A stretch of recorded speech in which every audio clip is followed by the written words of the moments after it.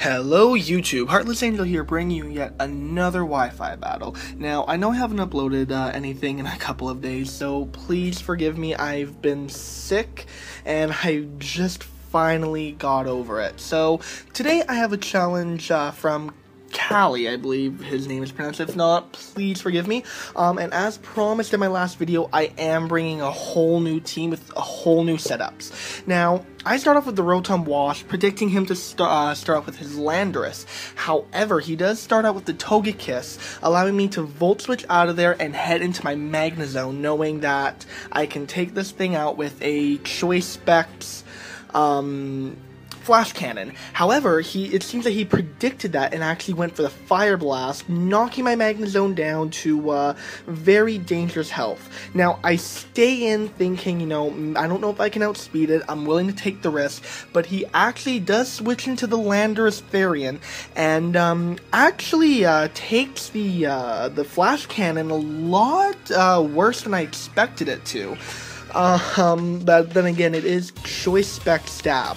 So after that, he does switch out into the Entei, and knowing that this range I cannot take an Earthquake, I decided to switch into Rotom, which actually just turned out to be perfect. I will admit I did not expect the Entei switch. I just knew Rotom would be immune to the Earthquake and can take it out with a Hydro Pump. So he switches out as I predicted, and I actually Volt Switch. Predicting his switch, he actually switches into Latios, which gives me a really good position here, as in I go into my Tyranitar. Now, I know Tyranitar can take anything this Latios can throw at it, because it is the Assault Vest set, which is one of my personal favorite sets, even more than Mega Tyranitar. So, thinking he's going to want to switch out, I go for the Pursuit, but he stays in and goes for the Surf, which my Tyranitar walls so badly. So he takes the Pursuit, and thinking, maybe he wants to save his Latios for later, I go for another Pursuit. Instead, I didn't want to risk it. I knew another Pursuit would take it out no matter what. I didn't want to risk the crunch and have his Latios get away. He stays in, goes for another Surf, and falls to the Pursuit next turn. So I'm in a pretty good position here. I really like this Tyranitar, which can wall pretty much any special attacker. He does, however, go back into his Landorus, putting me in a bad position. So I switch out of T-Tar and instead switch back into my Rotom, knowing that this thing can't do anything to me. He takes the opportunity to set up Stealth Rocks, which is not good. My Talonflame does not appreciate that much, but that's about the only thing that I have to worry about. So next turn, he stays in and goes for the knockoff, while I go for the Hydro Pump. This is a Resto Chesto set of Rotom, so that does put a hindrance on my Rotom, but I do get the Hydro Pump off, and his Landorus does fall. Another pretty serious threat on that team. I don't carry, unfortunately, a Defogger or a Rapid Spinner on this team, so his rocks are there to stay. He comes back in with the Togekiss, and I go for a Volt Switch, not wanting to stay in on this thing. And I switch to take on this Togekiss. I switch into my Tyranitar, knowing that I can, again, wall any of its special attacks. He actually went for the Air Slash. I don't know what he was expecting me to switch into. I don't know if he was expecting me to stay. The Air Slash would not have done much on the Rotom. But this Air Slash, as you can see, doesn't do anything to T-Tar. And he actually, surprisingly enough, stays in and goes for the Fire Blast, which I don't know what he was planning again there. I guess he didn't really have any other moves to go for. I'm not sure. But the Fire Blast does absolutely nothing while I get the Stone Edge off, taking this Togekiss down. And I'm feeling really good. You guys have no idea how much I love this Tyranitar. It is a monster to deal with. So now he brings in Gyarados, and again, another Intimidate, bringing Tyranitar's attack down. I switch out knowing I cannot take any hit from this Tyranitar, and I go, from this Gyarados. And I go into Rotom, hoping to get the Will-O-Wisp off. However, he is Mega Gyarados. I keep saying Tyranitar.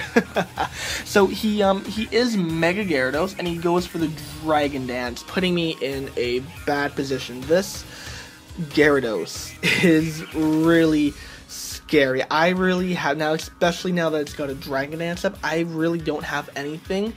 Any one Pokemon that is a complete answer to it. So I go for the Will-O-Wisp, as I said, and he actually goes for the Earthquake, taking me down thanks to his Mold Breaker. Now, I have an idea here.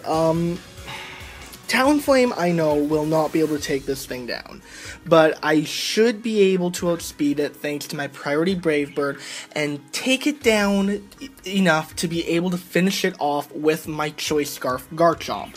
So I go in with the Brave Bird and I take it down to just below half health, and this is a really close one. He responds with the Waterfall, taking Talonflame out, and I don't get even another buff of the Sandstorm because it subsides. So right now, this is a gamble right here. Everything is riding on Garchomp right here to be able to outspeed this thing and take it out. So I do go for the Dragon Claw, and thanks to my Choice Scarf, I do outspeed it, and I am able to take out the Gyarados, bringing down probably the biggest threat on this team. Now, the fact that I was able to outspeed his +1 Gyarados, he knows I'm Scarfed, which is a good thing that he brings in his, a good thing for him. He brings in his Metagross, and I say, you know what? See what he's going to do. I'm going to sack my Tyranitar. His last two Pokemon, the Metagross and the Entei, are both physical, so Tyranitar's not going to do much anyway. So he goes for the Meteor Mash, taking Tyranitar down, giving me a safe switch-in. So I go into Magnezone here, hoping to trap it in and use the HP Fire. I know Metagross runs Earthquake, so I am a little hesitant, but I do outspeed it, and I do bring it down a lot. And he goes for the Meteor Mash, surprisingly, which Magnezone takes really well. Now, I'm thinking there must have been a speed tie here, because the next turn he does outspeed me with the Meteor Mash, taking Magnezone down, which really is no problem because I can just come in with the Garchomp and take both his Metagross and his Entei down with an Earthquake, which is what happens. Great game, man. Really good fight. Thanks for helping me test out my new team. And yeah, so to all my YouTube fans out there, I just want to say, you know, I'm at 5 subscribers now, so I'm getting up there. And my most popular video, the Ghost Girl and Hoopa Theory video, thank you guys for showing your love. More videos like that are to come. You know, theory videos, battle videos, they're all to come. So just stay tuned, subscribe, and show some likes for these videos. Please, guys, you need to help me get out there. Alright, thanks, guys. Have a good day. I'll see you later.